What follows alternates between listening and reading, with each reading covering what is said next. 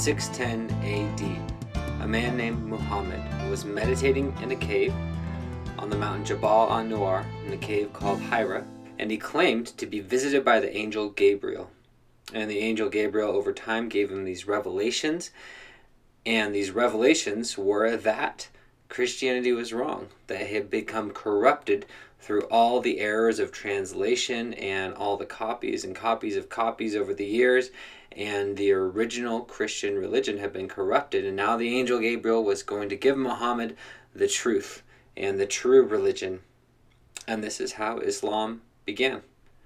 In the 1820s, in upstate New York, a man named Joseph Smith was praying because he didn't know which church he should be a part of, which religion he should join, the Methodists or the Baptists or the Presbyterians.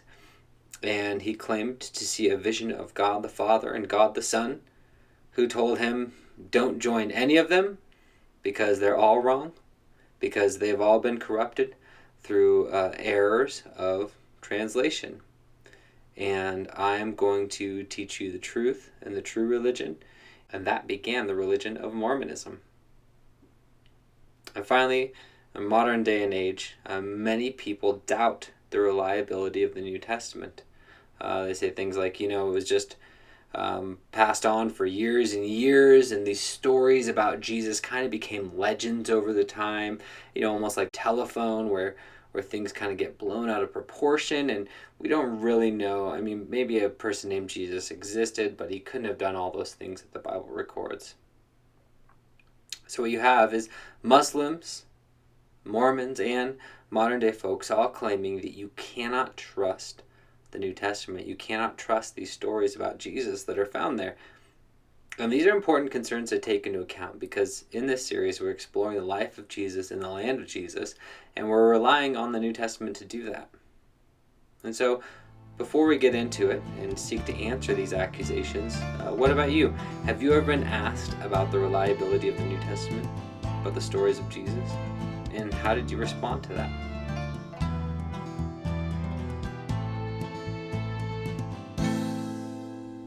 So to answer this question about the reliability of the Bible, we're going to look at a couple different lines of evidence. And the first thing we're going to look at is the archaeological support for the claims of the Bible. Did the things that the Bible claim happened actually happen and take place? And is there archaeological evidence for that? So as we explore that, let's start with the Old Testament and a place called Bet Shean. So today I'm on the top of Bet Shean, which is in biblical times a famous city because it was a Canaanite city. And actually at Saul's death, you can read about this at the end of 1 Samuel. Saul went into battle and even received a prophecy before this that he was going to die in this battle. But he went anyway, and he and all his sons died in this battle that took place in the valley right behind us. And then afterwards, when the Philistines found Saul's body, they rejoiced, had this big party, they cut off his head, and they hung his body and his son's bodies from the walls of Bet Shean. Now what's interesting about this site is that it wasn't discovered for a long time, and it was one of those sites that was semi-infamous for antagonists to Christianity and to Judaism, because they said, this account is mentioned in 1 Samuel, and there's no such place as Bet Shean. And so archaeologists, mostly with Christian motivations, actually were the ones who discovered this site. And so now you can come to it, and it's here, lo and behold. It was a real city, and this is on top of this big mound called a tell, because in ancient civilizations, when someone would conquer someone else, they wouldn't knock down the walls, they would just cover over them in dirt and build a new city on top of it. And so you have layer upon layer of city level. And so you have 29 levels here of different cities, and one of those though is dated to the time of Saul and Solomon and David's time. And you can come here and see Bet Shean because it's really, really here. And it just gets at this fact that scholars keep saying, no, you can't trust the Bible, those sites aren't there, and yet they keep discovering more and more sites where actually, no, we found it. It really is here. So over and over again, the reliability of the Old Testament has been proven. But what about the New Testament, since that's what we're focusing on? What about these stories of Jesus and the characters and figures there? So let's turn to a place called Caesarea Maritime that also shows the reliability of the New Testament.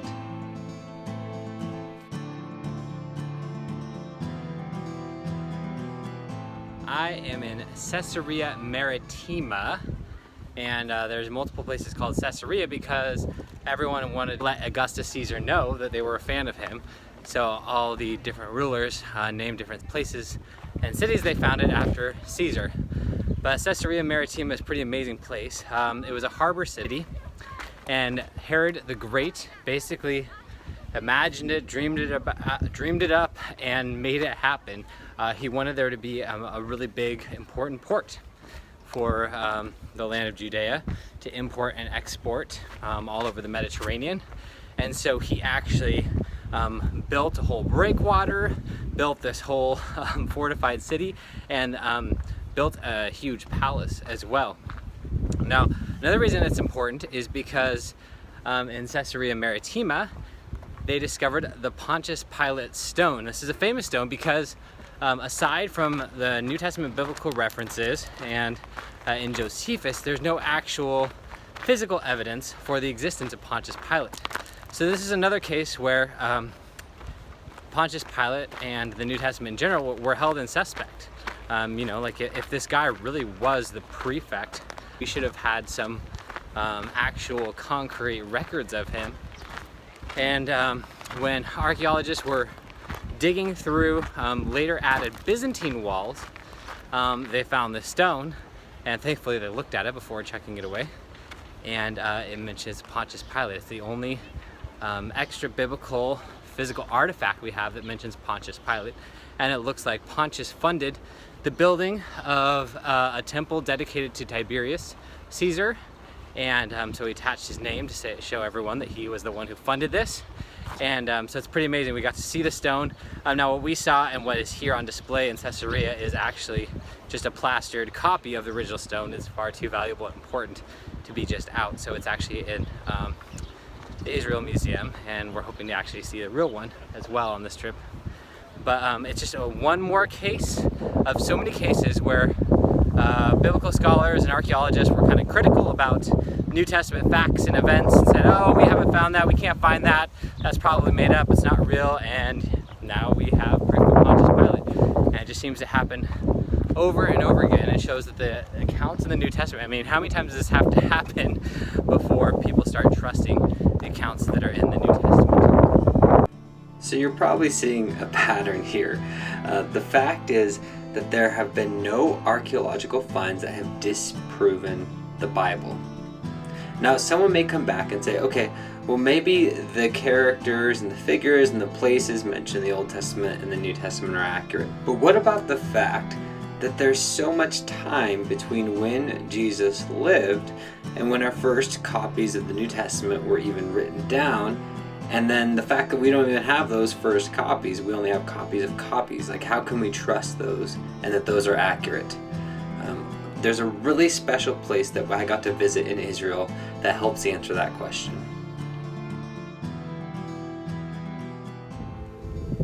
I'm here at Qumran, right on the Dead Sea, and this is where the Essenes lived and made their community. And pretty amazing story. There are caves here that were found in 1947, and they were found by two Bedouin shepherd boys who thought they had lost some goats in the hillsides, and so they were looking for their goats, and then they just for fun were chucking rocks into caves. And when they threw some rocks into one of the caves, they heard something break, and so they thought they had found treasure. They were all excited. They came back the next day and didn't find treasure, just found a bunch of scrolls, and so they were very disappointed with their find. But lo and behold, it's one of the greatest archaeological discoveries because, and what the Dead Sea Scrolls are so important is because this community here at Qumran, the Essene community here, is that they copied and transcribed and preserved tons and tons of Old Testament biblical texts. So you can find in these scrolls copies of Isaiah dating all the way back to 100, even 200 BC. And what was so amazing about this is that until these were discovered, the oldest copies of the Old Testament that we had were 1000 AD. So, you know, long time of copying, and they weren't sure how accurate they were because, well, that's a long time to go without having an original copy. Now, what's so amazing about this is that when they compared the texts they found here, some of them dating all the way back to 200 BC, to the texts they had that had been copied for, 1,200 years until 1000 AD, they're almost identical. And so what this was able to show is that, look, the Old Testament was copied accurately for 1,200 years. And what this does for me is it really affirms my trust in the New Testament. We don't have the original copies of the Greek manuscripts of the New Testament. We don't have the original Mark or Luke or Matthew. Our oldest copies date somewhere around 70 years after the originals were written. So a copy or a copy of a copy is what we have.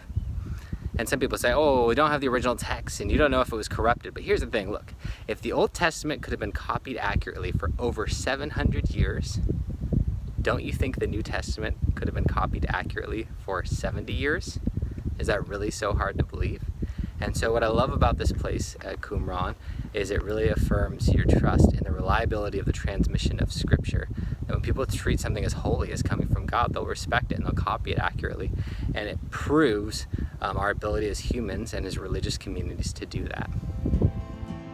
I just loved getting to visit these different places on my trip. Places where archaeologists have found confirming evidence for the reliability of both the Old Testament and the New Testament. And this amazing place called Qumran and the community of Essenes there who copied the Old Testament and the Dead Sea Scrolls. Such an amazing discovery to realize, wow, like humans have the capability of copying texts accurately over the course of over 700 years. And so why on earth would I doubt that the New Testament could have been copied accurately for simply 70 years? So what does this mean for us? First of all, I think it means you can trust the New Testament accounts of Jesus. And secondly, when people question you about that, you can defend the New Testament accounts of Jesus. You can explain to them, look, there has been no archaeological find that has disproven the Bible. In fact, archaeologists continue to find things that confirm the Bible. And the Dead Sea Scrolls. If the Old Testament could have been copied accurately for over 700 years, don't you think the New Testament could have been copied accurately for 70 years? So as we continue in this series exploring the life of Jesus and the land of Jesus, and I refer to things that happened in the New Testament that it records, I just want to encourage you, you can trust that this really happened the way the Bible says it happened. It's amazing to go to the land of Israel. You can go to Bethlehem, where Jesus was born. You can go to Nazareth, where he grew up. You can go on a boat ride on the Sea of Galilee, where most of his ministry and adult life took place. You can go to the Gadarenes, where he cast the demons out of the demoniac. You can go to Capernaum, where he gave a message and healed Peter's mother-in-law. You can go to the Mount of Beatitudes, where he probably gave the Sermon on the Mount and fed the 5,000. You can go to Jerusalem, where you can see not only the tunnels, like Hezekiah's tunnel, and climb through there, and the water system for the city, but you can go to the traditional site of Golgotha, where Jesus was crucified. You can go to the Garden Tomb, where he was probably buried for 3 days. You can go to all these places because they're there. There's so much evidence that supports the New Testament, the stories of Jesus. It seems strange once you start considering it why so many people want to reject it and come up with excuses why it can't be true or why they don't think it's accurate. I think the reason so many people want to reject it as inaccurate is because if Jesus really was who he claimed to be, and if he really did what the New Testament claimed he did, if he really did go to the cross to destroy sin and death and evil and rise again 3 days later victorious over those things, then it changes everything. Then we can no longer center our lives around whatever we want, but we have to center them around him because he really is Lord. And friends, Jesus really was who he said he was. and he really did do all the things the New Testament claimed he did. And it really does change everything.